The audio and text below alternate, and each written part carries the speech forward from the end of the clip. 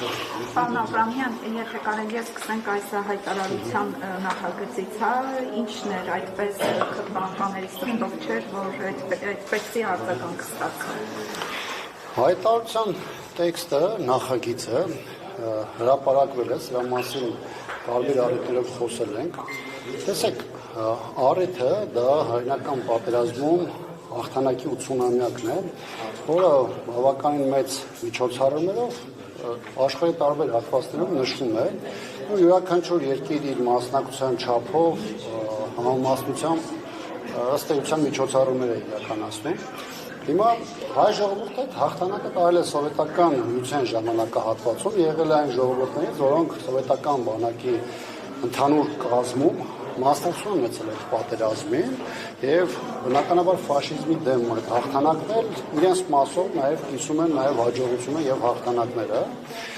Հայ ժողովրդի մասնակցությունը նաեւ արտահայտվել է ոչ միայն բուն սովետական Հայաստանի տարածքում, այլ նաեւ այլ հանրապետություններում ապրող հայերի մասնակցությամբ Եվրոպայում, Միացյալ Նահանգներում այլուր, այսինքն բոլոր այն ճամբարներում, որոնք մի փուլի իրար հետ համախմբվեցին եւ այդ ամբողջական հաղթանակը տարան։ Հիմա ինչով էր նաև առանձնահատուկ հայ ժողովրդի մասնակցությունը, նրանով, որ ժողովուրդների իրենց թվի համամասնությամբ, երբ որ նայում ենք մասնակցություն, հետագայում զորահրամանատարներ, նաև հերոսների թիվ, ապա ակնհայտորեն հայ ժողովուրդը բավականին բարձր դիրքերում է իր ունեցած զորահրամանատարներով, մարշալներով, 100-ից ավելի հերոսներով եւ բնականաբար այս հաղթանակը որևէ ձևով մեզ չի կարող շրջանցել։ Հիմա որն է այստեղ տարակուսանք առաջացնում, այն հանգամանքը, որ հայ ժողովրդի մասնակցությամբ տարած հաղթանակը, ֆաշիզմի տարած հաղթանակը ուղղակի եւ անուղղակի ձևով փորձ է արվում ներկայացնելու որպես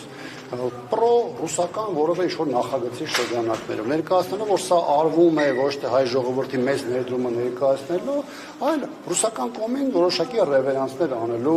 համատեքստում, ինչը նաև զարմանալի է այն տեսանկյունից, որ այդ միջոցառումները նաև իրենց մասնակցությունը Հայաստանի իշխանությունը բերել է իր քաղաքական ղեկավարի միջոցով, որովհետև Մոսկվայում տեղ ունեցած զորահանդեսին մասնակցություն ունեցել նաև իշխանությունը իր բարձրագույն մակարդակով։ Այսինքն երկակի բան է այստեղ ստացվում, չէ՞։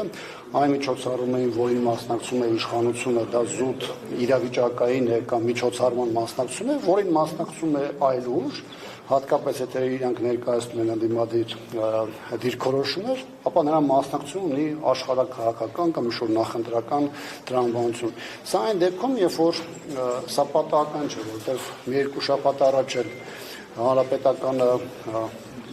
հաղթանակի 80-ամյակի շրջանակներում նաև Մոսկվայի միջոցառման էր մասնակցում, որի տեսանյութերը կարծում բոլորը տեսել եք, որտեղ ելույթի հնարավորություն էր նաև Էդուարդ Շարմազանովը, հանրապետականի գործադիր մարմնի անդամ, եւ կարծում եմ ադրբեջանցիների պատասխանը եւ առասարակ հայ ժողովրդի մասնակցության մասը քաղաքական, պատմական եւ բոլոր առումներով մաքսիմալ հասկանալի եւ մաչելի ներկայացած եւ ես չեմ կարծում, որ այստեղ ինչ-որ այլևայլություններ կան, որոնք պետք է գտնել եւ առաջ մղել։ Իհարկե ես հասկանում եմ, որ այնտեղ խնդիր ունեն իրենք նաև կապված նրա հետ, որ պատմական կապ եւ ինստիտուցիոնալ հիշողության հարց է դրվում, որովհետեւ տեքստում նշված է, որ հայրենական պատերազմի նաև ժառանգներն էին հետագայում, որ անկախության առաջին օրերին, ազգային ազատագրական պայքարի առաջին օրերին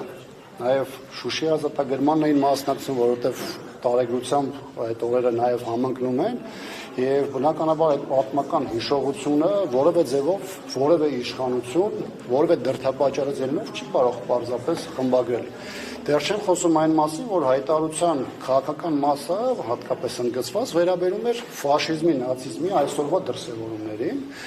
եւ այն, որ Արցախի նկատմամբ տեղի ունեցավ ագրեսիա, տեղի ունեցավ էթնիկ զտումների քաղաքականություն, դրանք այսօրվա նեոֆաշիստական դրսևորումներ են, որոնք որևէ ձևով որևէ պատասխանատվության չեն ենթարկվել։ Հիմա այս պարագայում վերցնել հայտարարությունը, ներկայացնել ամենատարբեր աշխարհաքաղաքական կամ առավել եւս նախընտրական տրամաբանությունների շրջանակներում որևէ ձևի բնականաբար հասկանալի չէր։ Նույնն է, որ հիմա ազգային ժողովի ցանկացած նախագիծ ասես, որ դա ոչ թե բխում է երկրի այս պահին բնականon գործունեության առաջնահերթությունից, այլ բոլորը կրում են նախընտրական տրամաբանություն։ Ովքեր ծանոթ են տեքստին այդ հայտարարության, որը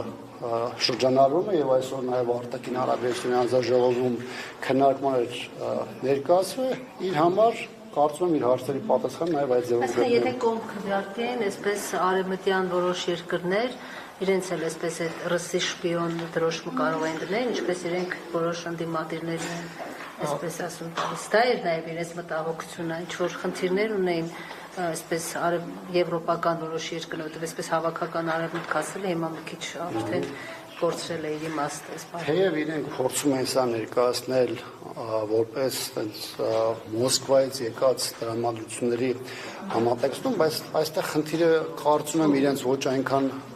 այն հանգամանքն էր, որ դա բերեին կապեին մեր գործունեության հետ Մոսկվայի հնարավոր ազդեցությունը, այլ սա իրենց համար առիթ էր նաև հակառուսական բնույթի ուղղակի անուղղակի հայտարարություններ հնչեցնելու ու որոշակի նաև դրվագներով միգուցե նաև որոշակի թշնամական վերաբերմունք արտահայտելու, թե ինչու այս կամ այն կետը, ձևակերպումը սովետական միության ժամանակահատվածում չեք ընդգրկել եւ այլն։ Իդեպ ես այնտեղ մի հատկանշական օրինակ էլ բերեցի, որին դուք ներկա եք, երբ որ կապ են փորձում, որն է կապը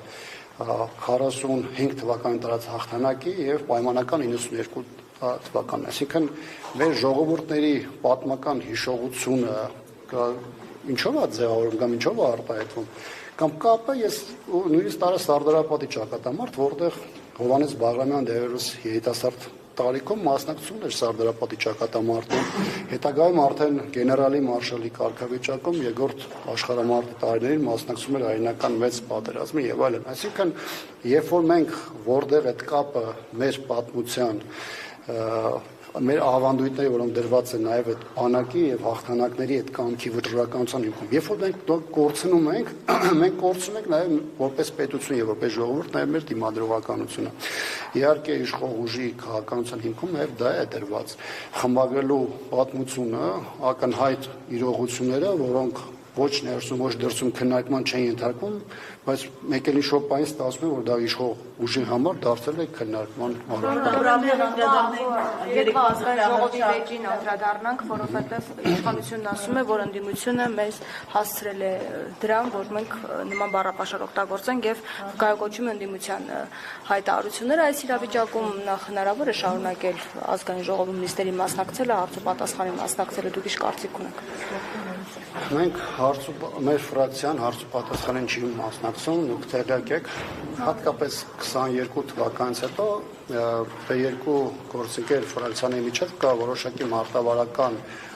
փոփոխություններ եւ այն պատկերացումների շուրջ, թե ինչպիսին մեր մասնակցությունը պետք է լինի խորհրդարանում եւ դրանով պայմանավորված 22 թվականից հետո դիմադրության շարժումից հետո, երբ որ խորհրդարանում գործունեությունը մեր շարունակում էր, մենք մեր ֆրակցիան որոշակի վերափոխումներ իրականացրեց իր մոտեցումները եւ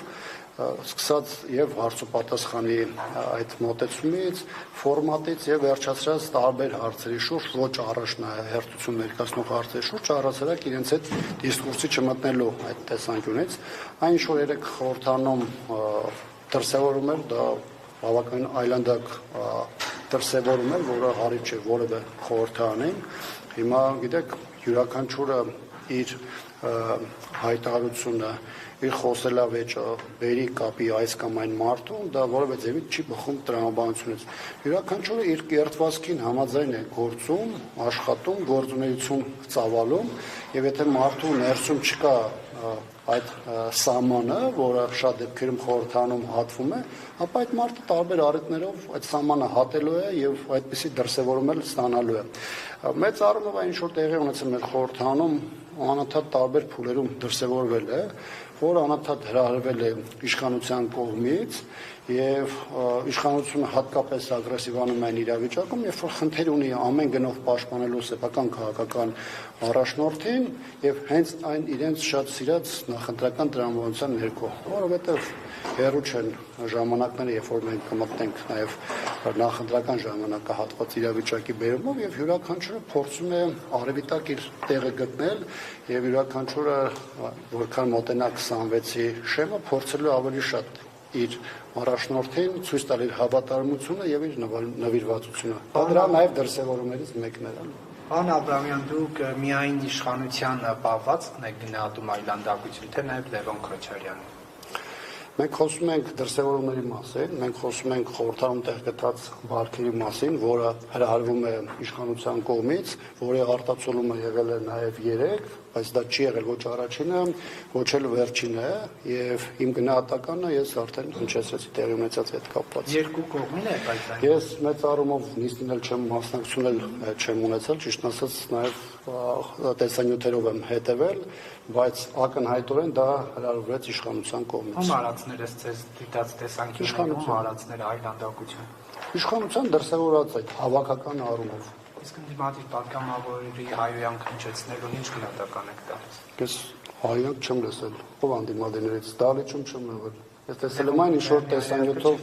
չէ, ես եղել եմ, տեսել եմ այն ինչ-որ տեսանյութերով արտահայտված ելույթներով։ Եվ ինչ է կարծում Արսեն Թորոսյանը եւ Լևոն Քոչարյանը պետք է իրենց այդ պահվածքի համար մանդատներից հրաժարվեն, թե ոչ։ Ես հիմա գնահատական չեմ ուզում հնչեցնել, յուրաքանչյուր ինքն է որոշում, թե ինչպես իր վարքը դրսևորե եւ ինչպես իր գործունեությունը ծավալի։